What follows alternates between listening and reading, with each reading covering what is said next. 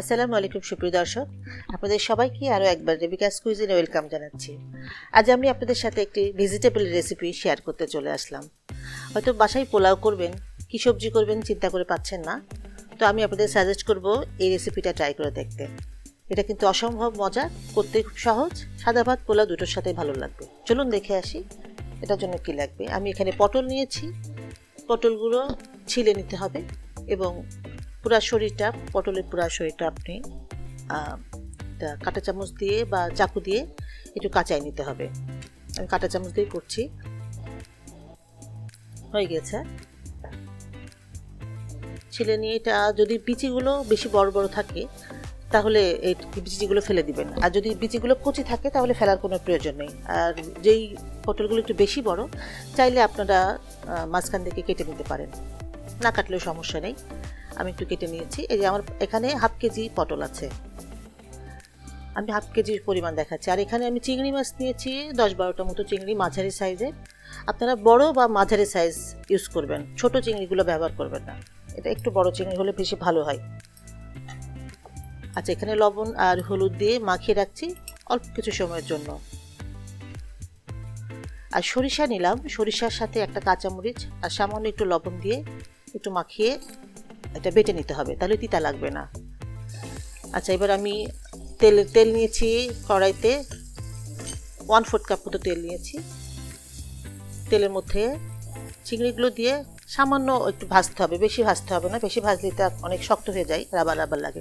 তো 2 মিনিট মতো ভাজলেই হবে, ভেজে এটা উঠায় রাখতে হবে। আচ্ছা, উঠে নিলাম। এর মধ্যে আমি পেঁয়াজ দিয়ে দিচ্ছি, 1/4 কাপ মতো পেঁয়াজ দিলাম। 1/4 কাপ পেঁয়াজ দিয়ে পেঁয়াজটা অল্প কিছুক্ষণ নাড়তে হবে, খুব বেশিক্ষণ নাড়া লাগবে না, একটু লবণ দিলে তাড়াতাড়ি নরম হয়ে যায়। হালকা একটু কালার যখন আসবে, বেরেস্তা করে ফেলবেন না, অল্প একটু জাস্ট কালার আসলেই আমি সবজিগুলো দিয়ে দিব।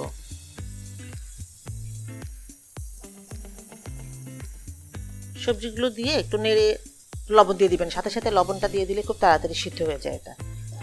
শুকনো মরিচ আপনাদের স্বাদ মতো দিবেন, সামান্য একটু হলুদের গুঁড়া আর আধা চা চামচ জিরার গুঁড়া দিলাম, দিয়ে এবার এটা সুন্দর করে মিশিয়ে নিতে হবে। মিশিয়ে নিয়ে ঢেকে ঢেকে এটা আসলে কিছুক্ষণ কষাতে হবে, ঢেকে দিবেন। নেড়ে নিচ্ছি, যদি আপনাদের মনে হয় একটু তেল প্রয়োজন আছে তেল দিবেন। এটা কিন্তু খুব তাড়াতাড়ি হয়ে যায়, খেতে অসম্ভব মজা, ছোট বড় সবাই খুব পছন্দ করে এই সবজিটা। দেখুন কিছুক্ষণ পরে আমি আবার উল্টাই দিচ্ছি, এভাবে কিছুক্ষণ পর পর একটু উল্টে পাল্টে দিবেন। যে ভাজতে ভাজতে এই দেখেন কষানো হয়ে গেছে, সুন্দর মতো বেশ নরম হয়ে আসছে, আর পানি তেলও ছাড়তে শুরু করেছে। এই সময় অল্প একটু পানি দিতে হবে, 1/4 কাপ মতো পানি দিলাম, বেশি পানি দিবেন না, মাছটা সিদ্ধ হতে যতটুকু সময় লাগে। কষানোর প্রথমে কষাবেন, তারপরে একটু সিদ্ধর জন্য পানি দিবেন। আর এই অবস্থায় যেই চিংড়িটা ছিল সেই চিংড়িটা দিলাম, আর যে পটলগুলো একটু কাঁচা কাঁচা আছে একটু উল্টে দিবেন, একটু নিচের দিকে দিয়ে দিবেন।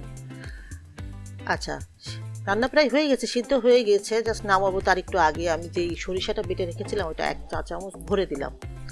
ভরে দিয়ে একটু সুন্দর করে নেড়ে নিলাম, পুরো পটলের সাথে যেন মিশে যায়। এই সময় সামান্য একটু পানি দিবেন, 1 থেকে 1.5 চামচ পানি দিয়ে সব কিছু মিশিয়ে দিলে সমস্ত মশলা মিলেমিশে একাকার হয়ে যাবে। লবণটা চেখে দেখবেন, যদি লবণ প্রয়োজন হয় লবণ দিবেন, চাইলে কাঁচামরিচ আস্ত কাঁচামরিচ দিয়ে দিতে পারেন। নামানোর একটু আগে রান্না হয়ে গিয়েছে, খুব সহজ, তার খুব সহজেই হয়ে যায়, আর খেতে অসম্ভব মজা। আপনার বাচ্চারাও কিন্তু খুব পছন্দ করবে, আর গেস্টরা তো আসলে খুবই খুবই পছন্দ করবে এটা। এই সরিষাটা দেওয়ার জন্য কিন্তু এই স্বাদ অসম্ভব মজার হয়ে যায়। রান্না শেষ, রান্না হয়ে গেছে, এটা আবার আমি সার্ভ করবো। তার পোলাও, সাদা ভাত সব কিছুর সাথে খেতে পারবেন। আমি এটা উঠিয়ে দেখাচ্ছি, দেখুন দেখতে কতটা চমৎকার হয়েছে। আশা করি আজকের রেসিপিটা আপনাদের সবার ভালো লাগবে, আপনারা ট্রাই করে দেখবেন, আর ভালো লাগলে আমাকে জানাবেন কমেন্ট সেকশনে।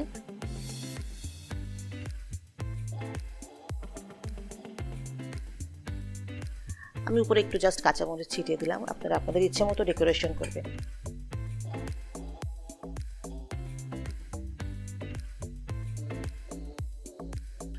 আবারও আসবো নতুন কোনো রেসিপি নিয়ে, ততক্ষণের জন্য আল্লাহ হাফেজ।